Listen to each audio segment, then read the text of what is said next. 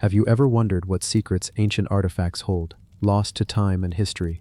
Welcome to Unearthed Secrets, where we explore the world's most mysterious relics.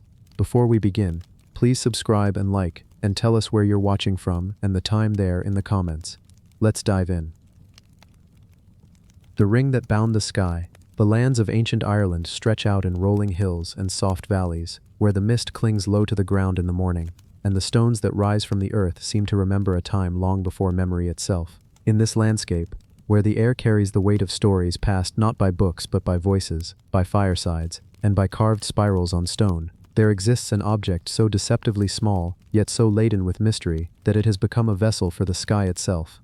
It is a bronze ring, weathered but enduring, known in whispers and wonder as the ring that bound the sky. It lies now as a relic, preserved and examined, yet in its quiet circle lives an echo of the world that first shaped it.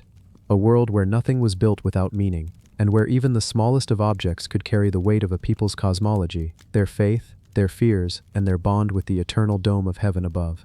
The Celts, whose breath and footsteps once filled the hills of Ireland, lived in a cosmos where the boundaries between natural and supernatural did not stand rigid, but folded into one another like mist through oak branches. They saw the world as a circle, a wheel turning, where life and death, day and night, winter and summer, were not opposites but continuations of one another. To them, the circle was not merely a shape but a truth, the very architecture of existence, and in their symbols, their monuments, their chants, and their jewelry, the circle returns again and again, a reminder of the eternal path. The bronze ring embodies this, its form a simple circle, yet etched with spirals, double curves, and motifs that guide the eye inward, as though into the heart of time itself. It is not a ring of vanity, no jewel catches the sun, no gold flashes with pride, and yet in its simplicity it commands reverence, for it whispers of a world where to wear such an object was to carry not adornment, but alignment with the rhythms of the cosmos. To imagine the ring in its first moments is to return to the time when bronze was not ordinary but powerful, when the ability to master fire and metal gave rise to awe. Somewhere, in the deep past, a smith worked bronze into form. The air would have been filled with the smoke of the furnace, the pounding of hammers, the hiss of molten metal cooling, and the songs or chants that often accompanied such labor. For smiths in the Celtic world were more than artisans, they were keepers of transformation, alchemists who turned raw earth into forms both practical and sacred. To cast a ring was not just to shape metal, but to shape meaning. One can imagine the careful pouring of molten bronze into a mold, the cooling and hardening, the unveiling of the circle, and then the careful etching of patterns, spirals that mirror those carved into great stones like those at Newgrange or Knowth, where passage tombs aligned with the sun itself. The same hand, or at least the same culture of thought, that carved spirals into stones to catch the solstice light, also carved spirals into this small ring, as though to carry the macrocosm into the microcosm, the vast sky into the hand. When the ring was lifted from the mold, perhaps still warm, perhaps shining, those present may have understood it not as mere ornament, but as a tool of power, of ritual, of alignment. Perhaps it was placed upon the hand of a druid, or upon an altar, or into the possession of a leader whose authority was tied to the land, the seasons, and the gods that moved through them. In Celtic thought, kingship itself was bound to the fertility of the land, to the balance between human ruler and natural order.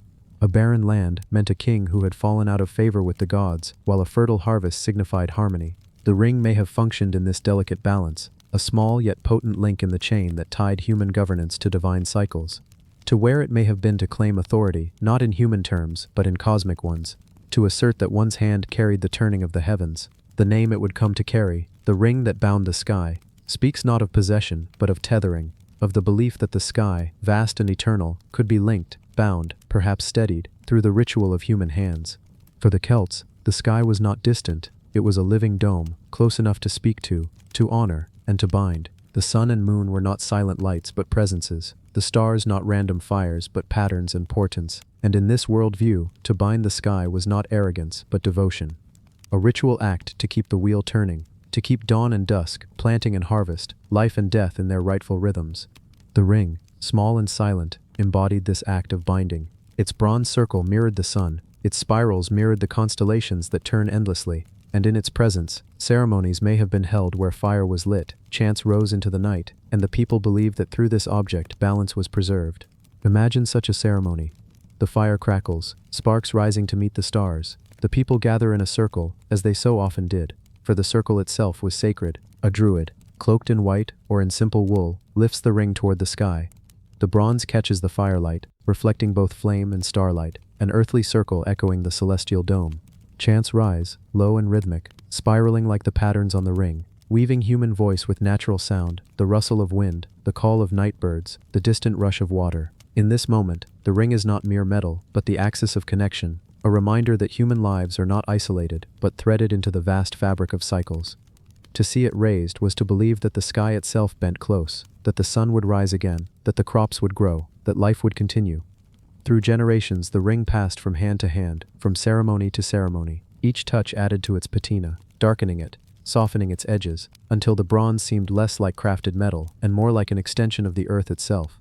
Children may have grown watching it lifted, hearing the whispers that without it, the sky might falter, the stars scatter, the seasons unravel. For in a world where survival was bound to weather, to light, to cycles beyond control, objects like the ring offered not power over these forces, but participation in them, a sense that humanity could honor and thus secure the balance of existence. It was never just about the ring itself, but about the meaning it carried, the sky it mirrored, and the faith it sustained. Archaeologists who uncovered it centuries later marveled at its preservation, its weight, its design. They noted the spirals, the deliberate symmetry, the subtle wear of countless hands. They placed it in the context of other Celtic artifacts, other bronze works, other spirals carved in stone, and they asked questions. Was it worn daily, or only in ceremony? Was it buried with intention, hidden in a cairn as offering, or lost by chance? They compared it to star maps, to alignments of tombs and stones, and wondered whether it too functioned as a guide to the heavens. For across cultures, rings and circles were used not just as ornament, but as symbols of eternity, as tools of divination, as anchors for ritual. In Ireland, where monuments align with solstice suns, where myths tell of gods who bind and unbind the world, the possibility that this ring served as a miniature cosmos is not far-fetched but deeply resonant. Theories multiply. Some say it was a marriage ring, not between man and woman, but between tribe and land, or between king and goddess, for in Celtic myth, the land was often personified as a goddess whose union with a rightful king ensured fertility and harmony. To slip the ring upon the finger may have been to enact this sacred marriage, binding sky to earth, human to divine. Others suggest it was an astronomical tool, its spirals corresponding to cycles of the moon, or the turning of the stars, a kind of handheld calendar or guide, a way to track when to sow and when to reap, when to honor the gods, when to light fires for Beltane or Samhain. Still others see it as purely ritual, a sacred object never meant for utility, but for the symbolic act of holding the cosmos in hand. Each theory adds to the ring's mystery, for each is possible, and none exclude the others. Perhaps it was all these things at once, for in ancient thought, practicality and spirituality, calendar and ceremony, were not separate but woven together. To sit before the ring today, in a museum or in imagination, is to sit at the edge of two worlds, the world of those who made it, and the world of those who seek to understand it. It is small, easily overlooked among grander artifacts, and yet it pulls the gaze. Its circle is unbroken, its spirals still draw the eye inward, and in that gaze one feels the echo of those who believed it bound the sky. The ring is less about its physical form, and more about its endurance as symbol, as bridge between past and present, as question that will never be fully answered. Its mystery is its power. To explain it entirely would be to reduce it, but to leave it open is to let it continue to function as it always has, as an object that invites connection, imagination, reverence. The land around it remembers too. The hills of Ireland, with their stone circles, passage tombs and cairns, speak the same language of circles and alignments. The ring is one note in a larger song, one ripple in the spiral that stretches across monuments and myths. To walk the land is to see the same shapes again and again. The round huts, the round forts, the round cairns, the spiral carvings, and the ring joins this chorus, a circle that could be held, worn, passed, and revered. It is not isolated, but part of a vast symbolic landscape where humans sought always to mirror the eternal in the everyday, to carry the sky in their stones, their fires, their rings, and so the ring that bound the sky remains. Small yet vast, silent yet eloquent, ordinary in form yet extraordinary in meaning. It tells no single story but carries countless possibilities. It is at once a ring, a map, a calendar, a tether, a vow, a cosmos. It is the bronze memory of a people who saw the world not as fragmented but as whole, who saw the circle not as closed but as eternal, who saw the sky not as distant but as kin. To hold it, even in thought, is to step into that worldview, to feel the weight of eternity in the palm of a hand, to trace the spirals and find oneself walking the path of sun and moon, of season and star, bound always in the circle of life, that turns and turns, without end. The wall that dreamed of water, far in the endless reaches of the Sahara, where sand meets sky, and silence is older than memory, there rises a plateau of stone, Tassili Naja, the plateau of rivers. Though today the rivers are gone, the land is an ocean of dust, dunes that shift and whisper, valleys cut dry, and rocks standing like frozen waves in a sea, long drained. Yet within this desert stillness lies something extraordinary, carved into walls that have not forgotten what the earth itself has tried to erase. The engravings of Tassili, vast, haunting, and impossibly old, tell of a world before the desert, a world of lakes, grass, herds, and rains. They are the walls that dreamed of water, and in their dream, humanity finds both its origin and its mystery. Imagine walking into that desert expanse. The air is hot, thin, and dry enough to sting the throat. A wind pushes grains of sand against the skin, each grain carrying with it the weight of millennia.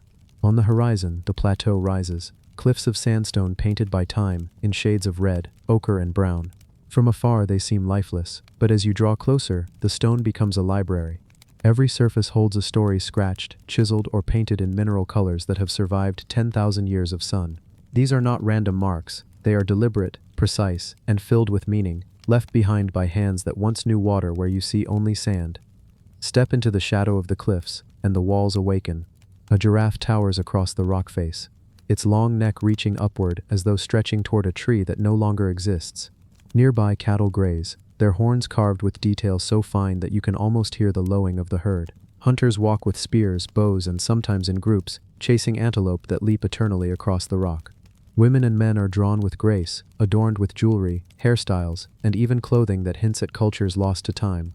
The most haunting images are of rivers, boats, and swimmers, human forms floating with arms outstretched, as though in water that has been gone for 6,000 years. How could this place, now so dry, so empty, once have been a land of water and life? Geologists tell us that the Sahara was not always desert. Once it was green. Between about 10,000 and 5,000 years ago, monsoon rains swept further north than they do today, transforming the Sahara into a grassland filled with lakes and rivers. Herds of wild animals roamed, and people followed them, living as hunters, gatherers, and eventually herders. Tassili Najer, high above the plains, became a canvas where these people carved the world around them. But the rains retreated, the grass withered, and the desert spread. What remains are the dreams of that vanished age, etched into stone, waiting for us to listen. Some call Tassili the largest open-air museum in the world. Over 15,000 individual images cover its cliffs and caves. They span thousands of years, created not by one culture but by generations. Each period left its own style. The oldest are the round-head figures, ghostly, strange, and otherworldly. These beings have round, featureless faces with bodies painted in reds and whites, sometimes floating, sometimes towering over humans. Their meaning is debated. Were they gods, spirits, shamans in trance, or visions born of altered states, recorded in paint to fix dreams into permanence? Later came the pastoral scenes, cattle in abundance, herders guiding them, daily life unfolding across the rock. These engravings show the shift of human society, from wandering hunters to settled herders. They speak of domestication, of rhythm, of people shaping the land as much as they were shaped by it. In still later layers, horses appear, chariots race across the stone, warriors with weapons etched into their hands. Finally, camels arrive, signaling the desert as we know it today. For camels are animals of arid lands, beasts of survival when the waters are gone. Thus, the walls of Tassili tell not only of water, but of its loss. They are a timeline written in stone, the long retreat from abundance to scarcity. Each engraving is both a memory and a warning, but as you stand there gazing up at a wall where swimmers float in absent rivers, you cannot help but wonder, did the people know it was ending? Did they carve these images to remember, or to preserve what they feared would vanish? Perhaps the engravings are not only art but ritual. Perhaps they were prayers to hold the water, to call the rains back, to bind the memory of rivers into stone so that even if the rivers disappeared, their echo would remain. The strangeness of Tassili deepens when you consider the skill of its makers. The images are not crude, they are elegant, naturalistic, filled with detail, animals drawn with accuracy that rivals modern sketches. And yet, these works predate writing in most of the world. Here people recorded their lives not with words but with images. Whole centuries pass in silence, except for what is left on these walls. For archaeologists, they are both gift and puzzle. Without writing, interpretation is guesswork. Were the roundheads gods or visions? Were the cattle scenes everyday depictions or symbols of status, power, and belief? We can only imagine, piecing fragments into stories, aware that the truth may never be known. There is one particular engraving, often called the Great God of Sephar, that haunts those who see it. It shows a towering figure, round-headed, with arms extended, surrounded by smaller humans. The figure is vast, filling the space with presence. Its face is blank, its body immense. To some it looks like a deity descending. To others, it is a shaman in trance, enlarged by vision, recorded by those who witnessed. In the silence of the desert, under the hot sun, the figure looms as if it were still alive, a guardian from a forgotten faith. Others look to the swimming figures, a long panel where dozens of human shapes stretch in motion, arms reaching as if pushing through water. The swimmers glide across the stone, frozen in perpetual movement, but there is no water. There has not been water here for 6,000 years. The contradiction is unsettling. It is as though the stone itself remembers what the earth forgot. Some call it a dream, others a memory. To the desert, it is a ghost. The engravings are not only images, they are records of climate itself. Scientists studying them see evidence of the Sahara's great transformation. Tassili's walls become data, each animal, each scene, proof of what once was. Giraffes do not live in deserts. Boats are not used where rivers are absent. The images, therefore, are testimony. The desert we know today is not eternal, it is a newcomer, only a few thousand years old.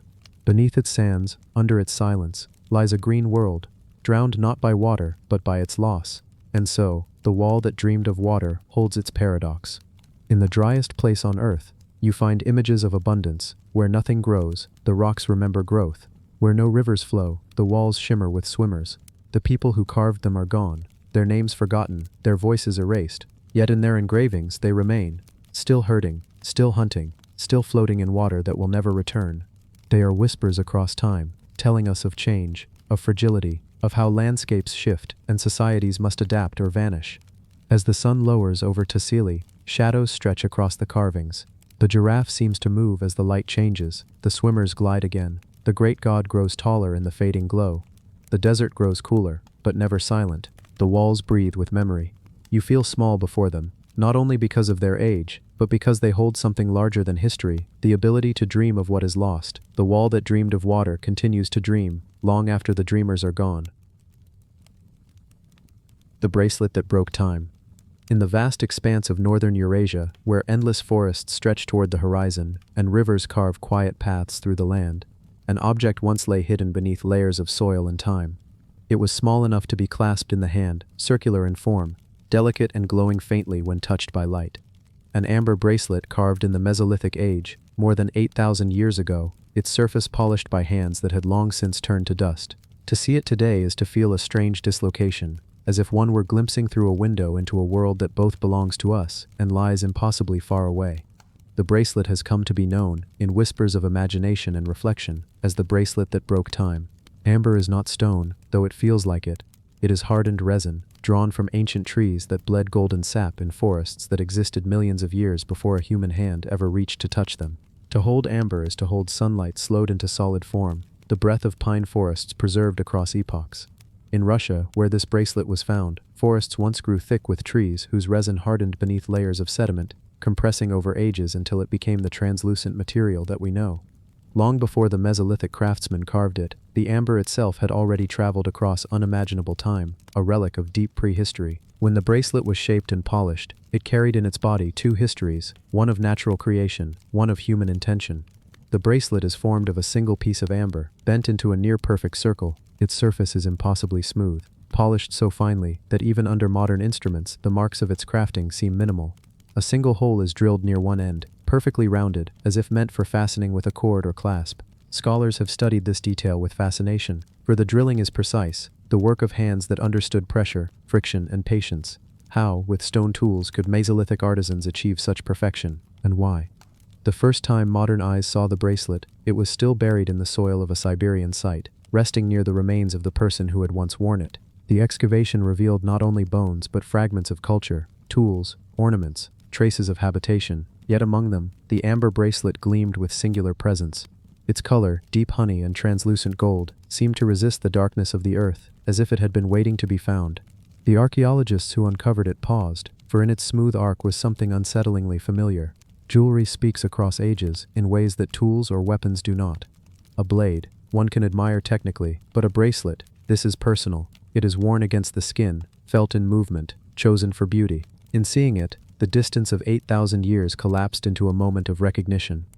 Someone had once worn this, someone who valued beauty and form, someone not so unlike us. When we imagine the life of the Mesolithic wearer, the bracelet becomes more than an artifact. Perhaps it belonged to a woman of the tribe, a figure of importance whose presence was marked by this gleaming circle upon her wrist. Or perhaps it was ceremonial, worn only in rituals, its amber catching the light of fire as chants echoed in the night.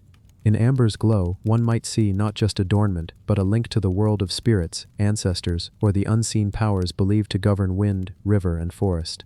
The bracelet could have been a token of status, a symbol of belonging, or even a gift passed across generations. In every possibility lies the thread of humanity, our shared impulse to adorn, to create meaning, to carry beauty with us as we move through the impermanence of life. Yet there is something uncanny about its perfection. The bracelet is not crude or rough-hewn, as one might expect from so ancient a piece. Instead, its smoothness suggests methods of working that appear impossibly advanced for its time. The drilled hole has prompted particular astonishment. Modern researchers suggest that some kind of mechanical drilling method was used, perhaps involving rotating tools of stone or bone with abrasive sand and water. But this explanation only deepens the mystery. For such techniques, if true, display a sophistication of craft that rewrites assumptions about Mesolithic technology. It is as if the bracelet carries within it a quiet contradiction. Its existence both aligns with and defies the expectations of its age. The land in which it was found shapes the imagination around it. Siberia is vast, stretching with forests, tundras, and rivers that flow like silver veins across the landscape. In winter, snow buries the earth in silence. In summer, the sun lingers on the horizon, painting the land with pale gold. To live there in the Mesolithic age was to dwell in intimacy with both abundance and severity. Rivers brought fish, forests offered game, but winters tested endurance. The communities who lived there were nomadic or semi-nomadic, moving with the seasons, building shelters of wood and hide, carrying with them tools, stories, and rituals. In such a world, an amber bracelet would have stood out. Its material was rare, its beauty undeniable. To carve it was to claim something extraordinary out of nature's gifts, a treasure that marked its owner as set apart. Consider the moment of its making. Imagine a craftsman seated near a fire, stone tools laid neatly at hand, a raw piece of amber glowing faintly in the flicker of flame. Patiently, slowly, with strokes that demanded both care and foresight, the amber was shaped, sanded, polished. Days may have passed in its creation, the craftsman pausing often to test the balance of the circle, to hold it against the wrist, to examine the symmetry. Perhaps others gathered to watch, whispering about the power of the object taking form. Children might have reached to touch it, marveling at its glow. In the stillness of the Mesolithic night, as stars wheeled overhead and the forest hummed with unseen life, a bracelet was born. Amber carries within it inclusions, tiny fragments of the world that existed millions of years ago. Insects, plant matter, even air bubbles sometimes remain trapped within its golden body. To Mesolithic eyes, such mysteries would not have been dismissed as accidents of geology. They might have been seen as spirits trapped in the stone, or as fragments of another world preserved by divine will. To wear amber was to carry these mysteries with you, to hold within your hand both beauty and the echo of ancient forests long vanished. And so the bracelet becomes more than jewelry, it becomes a vessel of time itself. It links the Mesolithic wearer to forests of the Eocene, when amber first began to form. It links us, today, to those same wearers across millennia. It is as if the bracelet truly broke time, dissolving boundaries between epochs, allowing moments to coexist in its golden curve. The burial in which it was found adds further depth. The amber bracelet was discovered alongside human remains, suggesting it was an object of significance in death, as much as in life. Perhaps it was placed upon the wrist of the deceased, as a token for the journey into the afterlife, a guide or protection for the spirit as it crossed into unknown realms. Many ancient cultures adorned their dead with objects of meaning, believing that what was valued in life would serve also in death. The bracelet thus carries the weight of belief, an offering to eternity.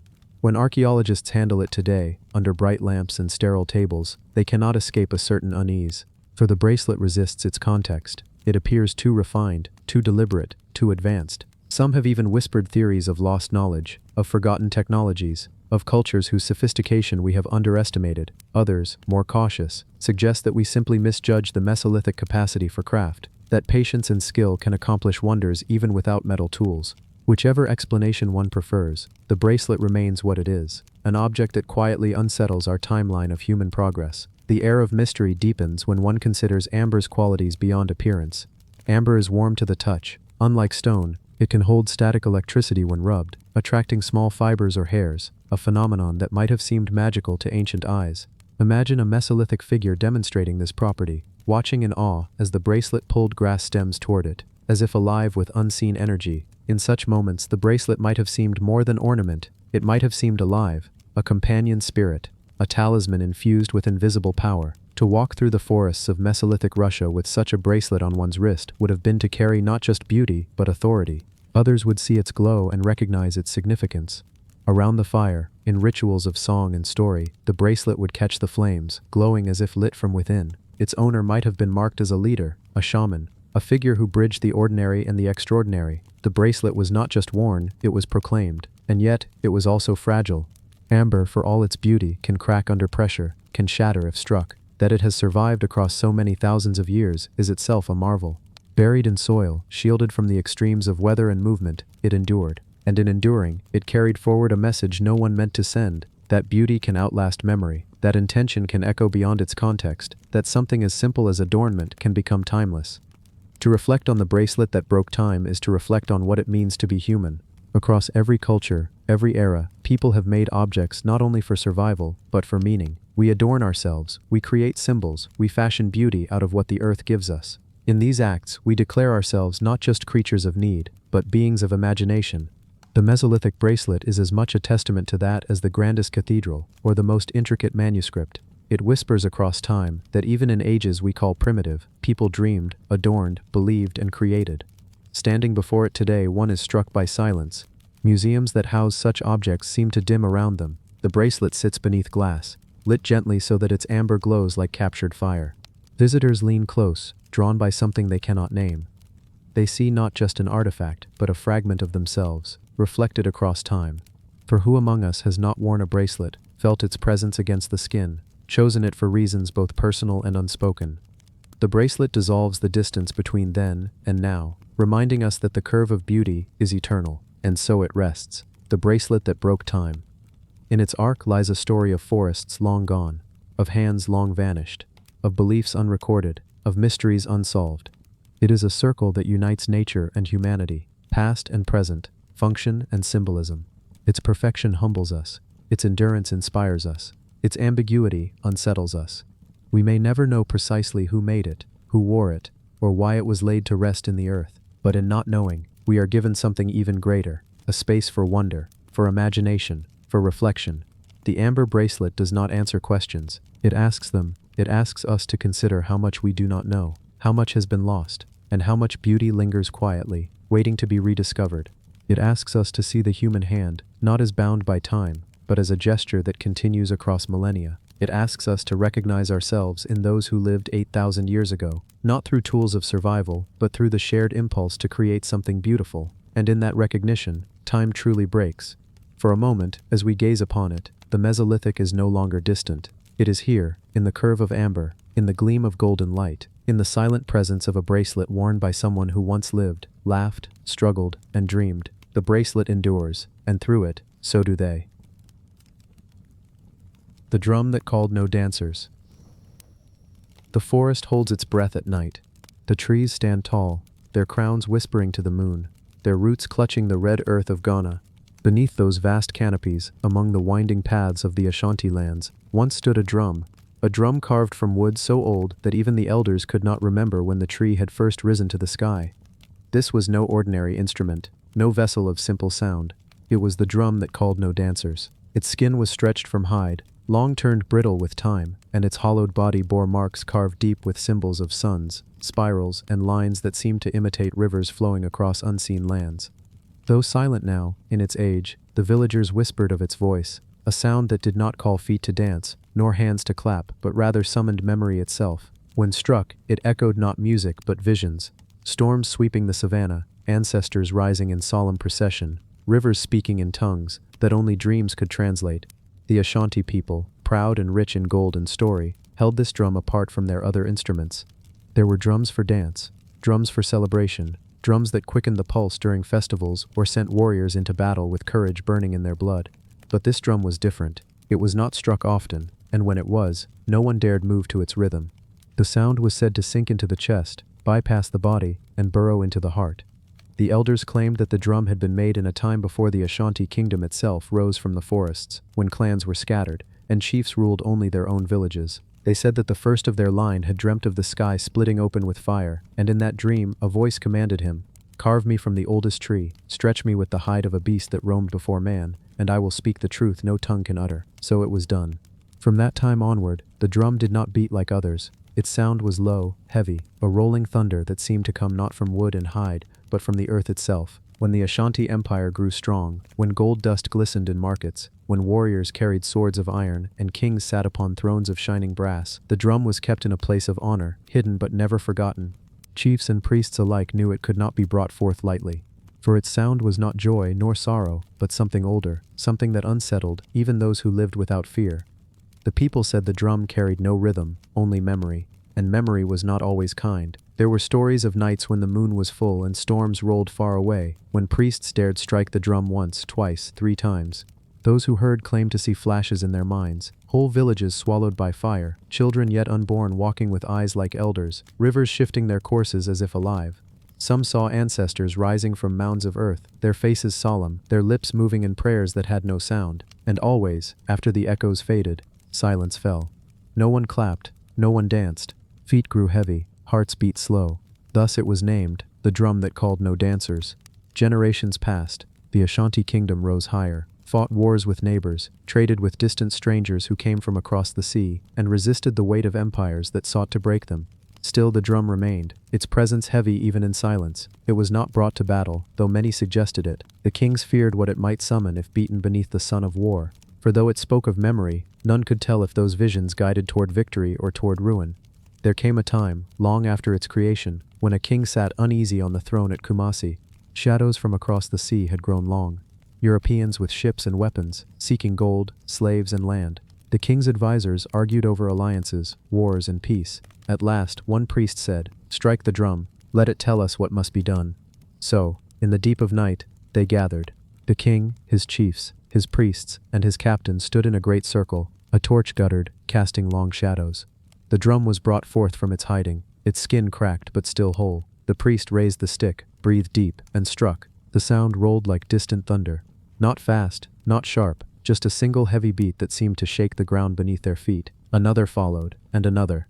3 times the drum spoke, and then came silence. The king's men looked around uneasily. Some claimed to see smoke rising from the earth, though no fire burned. Others swore they heard voices whispering their names, though no lips moved. The king himself trembled, his eyes clouded. Later, he confessed he had seen men in chains, walking toward waters that gleamed like mirrors, and behind them a land of shadows where gold and sorrow were tied together like twins. Fear spread through the court. Some argued it was a warning to resist the strangers. Others believed it foretold doom, no matter what choice was made. The drum was sealed away again, and the matter left unresolved. Yet the visions lingered in the minds of those who heard. Time passed, and war indeed came. The Ashanti fought bravely, but the world beyond pressed in with relentless weight. Empires rose and fell, but the drum endured. Its wood aged, its skin grew brittle, yet still it remained intact, as if guarded by forces beyond decay. By the time the modern age arrived, when scholars sought relics of old kingdoms, the drum had become more legend than object. Whispers said it was hidden in a sacred grove, guarded by spirits. Others believed it lay buried beneath the ruins of a shrine, waiting to be uncovered. But some claimed to have seen it still, resting in a dim hall, its surface covered with dust, its symbols faint yet unbroken. None dared strike it, none wished to hear what memories it might yet hold. For if memory was its power, then every beat carried the weight of all that had been. The laughter of festivals, the cries of war, the silence of graves, the whispers of ancestors. Such a sound could break a man's heart or sharpen his mind. It could remind him of everything lost, and everything yet to be lost again. And so it waits. Perhaps it will never sound again. Perhaps one day, in some forgotten hour, a curious hand will fall upon it, and the echo will roll once more across the land. When that happens, no dancer will come, no feet will rise, only silence will follow, deep and unbroken, as the people listen to what cannot be spoken in words. Because the drum that called no dancers was never meant for joy, it was meant for remembrance. And remembrance, in its truest form, is heavier than any rhythm, older than any song. The forest knows, the ancestors know. The earth itself still hums with that sound, hidden in its roots, waiting in its stones. And if you listen on nights when the air is heavy and the wind dies, you may feel it too. A beat, soft yet endless, rolling not in your ears but in your chest. The drum still speaks, not to call you to dance, but to remind you that time never forgets, and so the story lingers, like the echo of thunder after a storm has passed. The drum that called no dancers, an artifact not of celebration but of silence, memory, and the endless hum of the past. The palace that kept its secrets. Beneath the blazing sun of Crete, where the Mediterranean wind carries the scent of salt and thyme, lies a palace whose very stones whisper of mysteries older than memory. It is a palace without equal, sprawling across terraces and courtyards, its foundations drinking deeply from the island's red earth. To walk among its ruins is to walk in a labyrinth, not of walls alone, but of stories, stories half remembered, half buried, and half feared. This was Knossos, heart of the Minoan world, the palace that kept its secrets. The Minoans built in curves, in colors, in ways that seemed to bend the very rules of stone. Their walls rose high, coated with lime plaster, so smooth it gleamed in the Cretan sun. Their columns were not stone, but wood, painted red, swelling upward like tree trunks inverted, crowned with black capitals that flared outward as if to hold up the sky. They built wide staircases that coiled downward into the earth, as though leading not just to storerooms but to realms beneath. They painted their walls with life.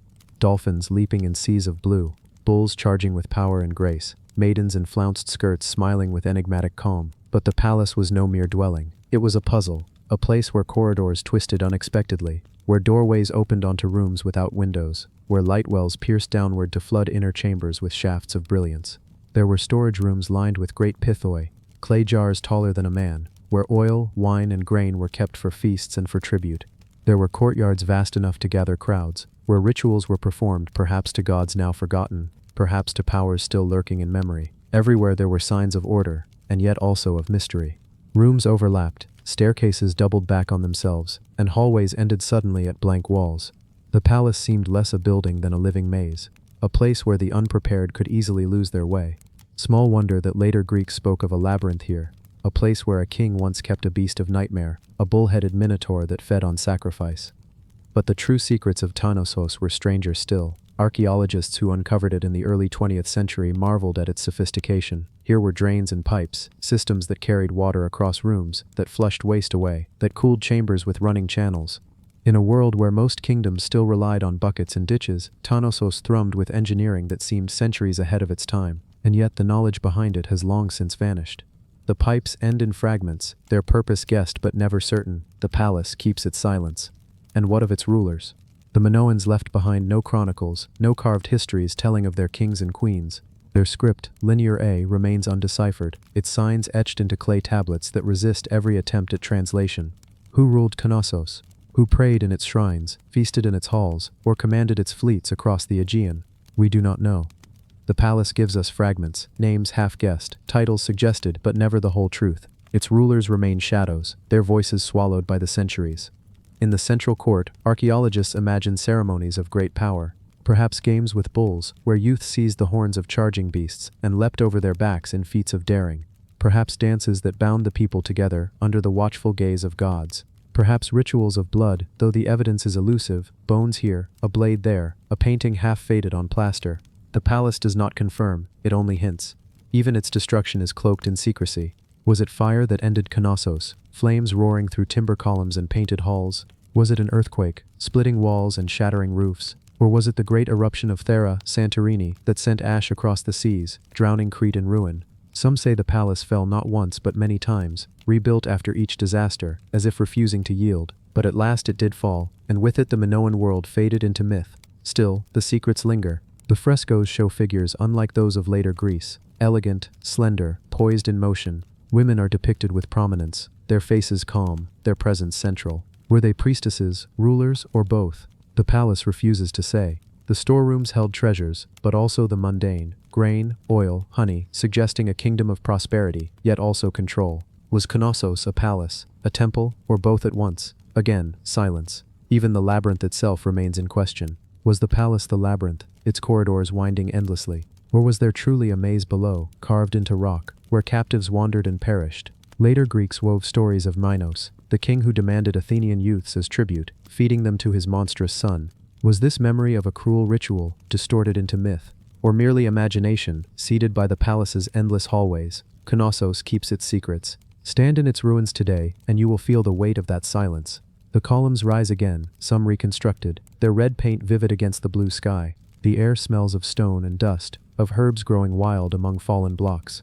Tourists walk where kings once walked, their voices light, their steps careless. But beneath, in the chambers where light struggles to reach, the air feels heavier. You sense the presence of things unseen, rituals long ended, songs long silenced, but not forgotten. For every stone here holds memory, every wall bears the ghost of color, and every corridor whispers of a truth still hidden. The palace endured for centuries, ruling without leaving words, commanding without leaving names. And when it fell, it left behind not answers but questions. That is its greatest secret, not what it tells but what it withholds. The palace that kept its secrets waits still. To return to Knossos is to return to the silence between stones, the hush that clings to the ruins long after the voices have gone. Where Part 1 wandered through the courts and corridors, where echoes of laughter, of ritual chants, of footsteps in sandaled rhythm once filled the air, now we descend deeper, further into the layers of memory that the palace continues to guard. The surface dazzles, the grand courtyards, the painted dolphins, the columns glowing red in the sun, but beneath the splendor lay the pulse of something older, stranger. The palace was not a single moment in time, but a series of rebuildings, one palace rising upon the bones of another. Archaeologists peel away layer after layer and find walls beneath walls, chambers beneath chambers, each telling of an older Knossos.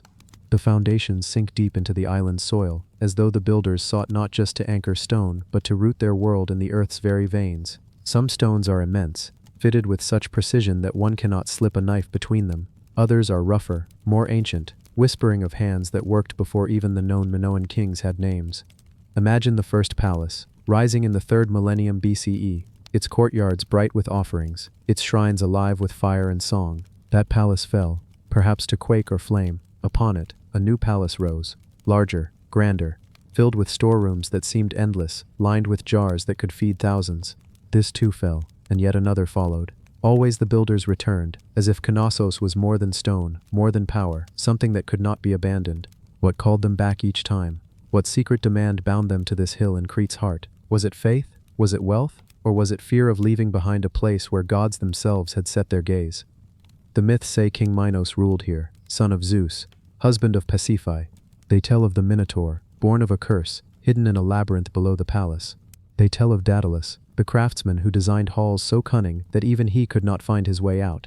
They tell of Ariadne, who gave Theseus a thread to guide him through darkness. Myth and stone blend here until it is hard to tell where story ends and ruins begin. Was the labyrinth only metaphor for the palace's confusion of rooms? Or did the Minoans build true underground passages meant to mirror the twisting paths of life and death? Some caves nearby bear the scars of human use, chambers hewn into rock that echo with the drip of unseen water. Step inside, and you feel the press of stone, the suffocating darkness that makes even a small space infinite. Could this have been the place the Greeks remembered, centuries later, as the prison of the beast? The frescoes of Knossos give no clear answers, but they tempt us with clues. There are horns everywhere, horns carved of stone, set upon altars, painted upon walls. There are bulls painted in flight, young acrobats grasping their horns and vaulting over their backs. The bull was no mere animal here, it was a symbol, perhaps of strength, perhaps of divinity, perhaps of both. Was the Minotaur myth born from these rituals, outsiders misinterpreting sacred games as dark sacrifice? Or was there truth within the tale, truths that the palace keeps close? Consider the throne room, one of the most haunting chambers still standing. At its center lies a gypsum throne, smooth and pale, flanked by benches where others may have sat. Behind it, a wall is painted with griffins, mythic beasts with eagle heads and lion bodies, guardians of a realm beyond sight. Before the throne lies a great basin sunk into the floor. Some believe it held water, reflecting light in shimmering waves upon the walls. Others whisper it was for blood, for offerings too sacred or too dreadful to be recorded. When Sir Arthur Evans, the palace's first excavator, uncovered it, he imagined it as the seat of a mighty king, but others have since suggested it was not for a man at all, but for a woman, a priestess, a queen, or a figure whose power transcended the line we draw between mortal and divine. The Minoans seem to have balanced their world upon such mysteries. Their women appear in art not as shadows but as central figures, adorned in elaborate dresses, hair coiled in precise curls, hands raised in gestures that may have been ritual signs. Their presence dominates frescoes, dwarfing men in both scale and importance. Was this a society where women ruled as priestesses, guiding the ceremonies that bound the people to the gods? Or is the imagery deceptive, hiding a hierarchy we can no longer see? Again, Knossos refuses to say. Walk further into the palace and you come to the magazines, long corridors lined with niches, each filled once with towering jars. To stand there is to imagine the weight of abundance, grain, oil, honey, wine, enough to sustain armies, enough to supply fleets. The jars themselves are massive, their bellies rounded, their mouths sealed once with clay. Their sheer number tells of a kingdom built on trade, of ships sailing across the Aegean, carrying goods to Egypt, to Anatolia, perhaps further still. Knossos was not isolated, it was a hub, its ships tracing patterns across the sea, like threads of a vast unseen web, and yet, for all their reach, they left so little written behind. Trade records exist, scratched into clay tablets in Linear A, but their meaning lies locked away. The words are mute, their voices sealed.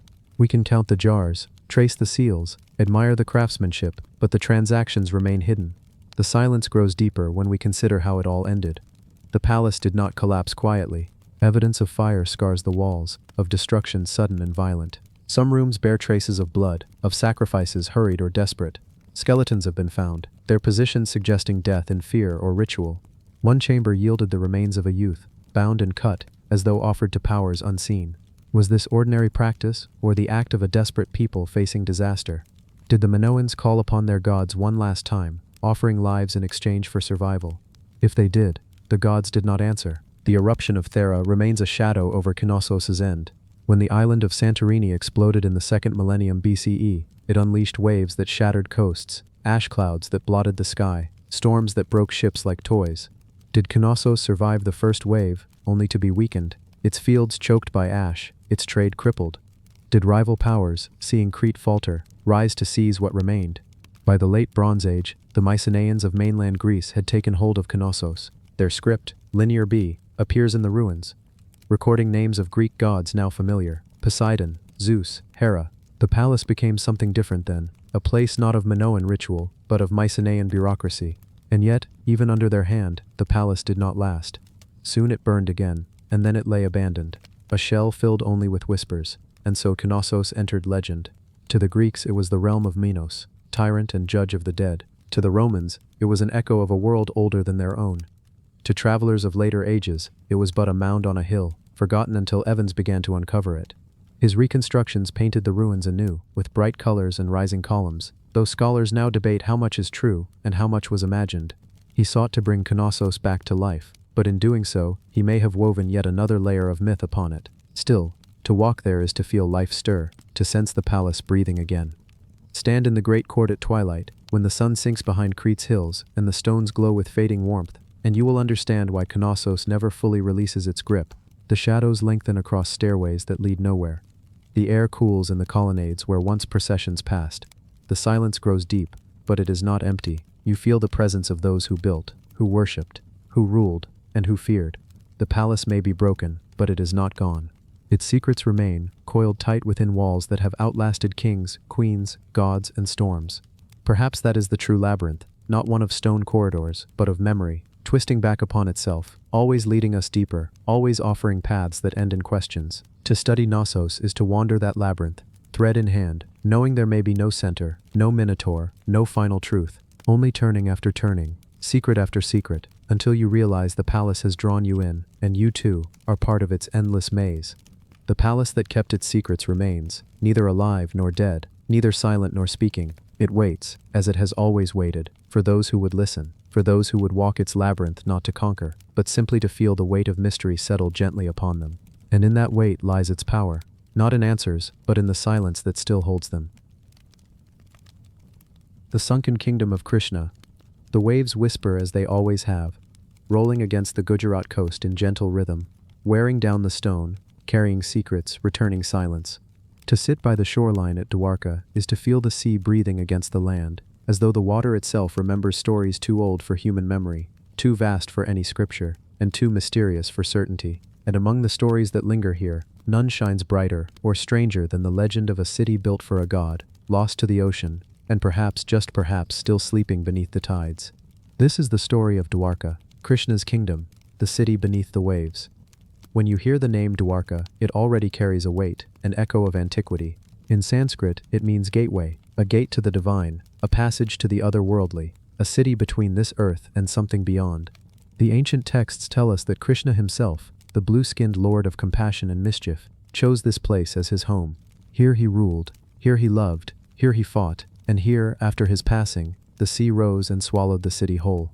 For centuries, that was only a tale, a song sung in the Mahabharata, woven into prayers, carried by storytellers who believed but could not prove. Yet, as the centuries passed, and modern divers slipped beneath the waters off Dwarka's coast, they found hints, fragments, whispers in stone that suggested the legend may not have been entirely born of imagination.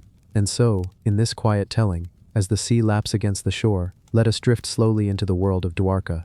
Half myth, half history, where Krishna's palace glittered once, and where silence and silt now reign. Long before Dwarka's name was spoken, before palaces and walls, before even the memory of Krishna, this stretch of the Arabian Sea had seen civilizations rise and fall. The Indus Valley had flourished and vanished, leaving little more than baked bricks and undeciphered script behind. Waves washed over the coastlines, advancing, retreating, reshaping the land as millennia passed.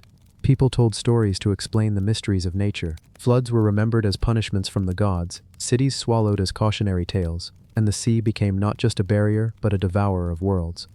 By the time the Mahabharata was written down, probably around 2,000 years ago, though rooted in oral traditions far older, Dwarka was no ordinary city. In the text it is described as a city of marvels, gilded palaces, gates studded with gems, avenues filled with music and laughter. Krishna, weary of his birth city of Mathura, had the divine architect Vishwakarma build him this new home. With 70,000 palaces, made of crystal and silver and emerald, Dwarka was no mortal town, it was the dwelling of the divine, a city fit for gods and heroes. It is easy to think of such descriptions as pure imagination, poetic exaggeration. Yet when archaeologists dipped beneath the waters off modern Dwarka, they found something strange. Lying under silt and coral were the outlines of walls, streets and stone blocks, too deliberate to be natural. Divers brought up pottery, anchors, tools. Carbon dating placed some of these objects thousands of years before the Mahabharata was ever written. Suddenly the line between myth and memory blurred. Imagine yourself as one of those divers. You slip into the green-blue water, bubbles hissing past your ears, the sunlight fading with every meter downward. The seabed rises slowly, and there, faint but undeniable, are lines of squared stone. Not the randomness of broken rock, but the careful placing of hands, the touch of builders. You swim past what seems like a doorway, the arch worn by centuries of tides, and in the silence you almost expect to hear the faint echo of music, conch shells, voices in celebration. The city is gone, yes, but it whispers still, and the legend tells us why it vanished. Krishna, after years of rule, had fulfilled his purpose on earth. He had led the Pandavas in the Great War, ensured dharma, cosmic balance, and justice. When his role was complete, the gods withdrew his presence. As he departed the world, Dwarka no longer had reason to remain. The sea, waiting patiently all along, rose up and claimed it. Walls fell, palaces sank, and the ocean took the kingdom into its silence. The Mahabharata says that those who witnessed it saw the sea swallow Dwarka in a single day. The people fled, the waves surged, and the city was gone, leaving only ripples, only memory. Legends like these are never just stories. They are also explanations, metaphors, attempts to make sense of disasters in an age before geology and climatology. To ancient people, the drowning of a city was not tectonic shifts or rising sea levels. It was the gods reclaiming what had been borrowed.